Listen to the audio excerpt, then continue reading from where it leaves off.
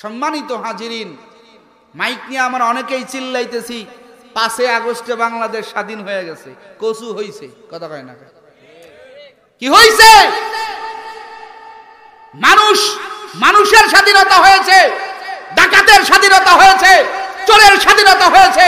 সেদিন বাংলাদেশের মানুষ নাক ডেকে ঘুমাবে যেদিন বাংলাদেশে কোরআনের কথা বলতে কোন বেনামাজির পারমিশন নেওয়া লাগবে না। কথা বলেন ঠিক কিনা? মাদ্রাসায় কথা বলবে, মাদ্রাসার উলামায়ে কেরাম যেদিন দেশ চালাবে, উলামায়ে কেরামের হাতে যেদিন দেশ আসবে, সেদিন বাংলাদেশ স্বাধীন হবে। কথা বলেন ঠিক কিনা?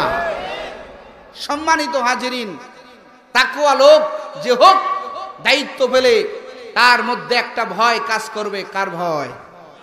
জোরে বলেন, কার ভয়? ইন্নামা ইয়াখশাল্লাহা মিন ইবাদিহিল উলামা। আল্লাহ পাক বলেন, হে দুনিয়ার মানুষেরা শুনে নাও, শুনে নাও, আমি আল্লাহকে তারাই বেশি ভয় করে যারা আলেম। আলেমের বহু বচন উলামা। এই উলামা যারা, তারা একমাত্র আমি আল্লাহকে বড় ভয় করে। আর আল্লাহর ভয় যদি কারো মধ্যে ঢুকে যায়, এই বান্দা জীবন চলে যাবে, কখনো অন্যায় করবে না। কারণ আমার আল্লাহর ভয়ের কথা আমার আল্লাহ তাআলা নিজে বলেছেন, বান্দা তুমি ভয় করো। ভয় যদি করতে পারো বান্দা, তোমার কোনো টেনশন নাই, কোনো গুনাহ তোমার দ্বারা হবে না। কারণ আল্লাহকে ভয় করা মানে হলো আল্লাহর আযাবের ভয় করা। দুনিয়ার আযাব সহ্য করা যায়, আমার মাওলার আযাব সহ্য করা যায় না। কথা কোন ঠিক কিনা? কথাটা আমার না, আল্লাহ তাআলা বলেছেন, ইন্নামা ইয়াখশাল্লাহা মিন ইবাদিহিল উলামা। আল্লাহ নিজে কয়, ও বান্দা বান্দির দল, জানুনি জমিনের ভিতরে সব চাইতে আমি আল্লাহকে বেশি ভয় করে উলামায়ে কেরাম। সুবহানাল্লাহ।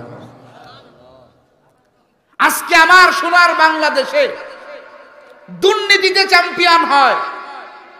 আজকে আমার সোনার বাংলাদেশে প্রধানমন্ত্রীর গেটের দারোয়ান 400 কোটি টাকার মালিক হয়। কথা বলেন ঠিক কিনা? এই সোনার বাংলাদেশে দরিদ্র মানুষের টাকা মেরে রাতারাতি কলাগাছ ফুলে আঙ্গুল হওয়ার মতো এ বাংলাদেশের কোটি কোটি টাকা, বিলিয়ন ট্রিলিয়ন টাকা বিদেশের বাড়িতে জমা হয়। সমস্ত রোগের একটাই মাত্র বড় কারণ, আজকে আমাদের চৌকিদার থেকে নিয়ে শুরু করে প্রধানমন্ত্রী পর্যন্ত কারো মধ্যে তাকওয়ার মেডিসিন নাই, তাকওয়া আল্লাহ নাই। কথা বলেন ঠিক কিনা? আমার দেশের ডিসি, আমার দেশের এসপি যদি, আমার দেশের এমপি যদি, আমার দেশের প্রধানমন্ত্রী যদি, আমার দেশের সমস্ত মন্ত্রী পরিষদ যদি তাকওয়াবান হইতো, আল্লাহকে ভয় করত, খোদার কসমে বাংলাদেশ দরিদ্র থাকতো না, বাংলাদেশে কোনো গরিব খুঁজে পাওয়া যাইতো না। কথা বলেন ঠিক কিনা? দেশ কি ভালো চলতো না খারাপ চলতো? কারণ তাকওয়ার মেডিসিন নাই, আল্লাহর ভয় নাই। দেখেন আজকে দুর্নীতি, আজকে ডাকাত, আজকে রাস্তায় চলতে পারি না, জানের নিরাপদ নাই। সব কিছু বিশ্লেষণ করে দেখেন, প্রত্যেকটা মানুষের মধ্যে যদি তাকওয়ার মেডিসিন ঢুকতো, প্রত্যেকটা মানুষ যদি সব আমল বাদ যদি আল্লাহকে ভয় করার মতো একটা পরিস্থিতি নিজের মধ্যে তৈরি করতে পারত, সোনার বাংলাদেশ দুর্নীতি হইতো না। সোনার বাংলাদেশে মিছিল করা লাগতো না, আন্দোলন করা লাগতো না। এ বাংলাদেশ ইসলামের বাংলাদেশ হয়ে যাইতো, এ বাংলাদেশ মুসলমানের বাংলাদেশ হয়ে যাইতো। কথা কোন ঠিক কিনা?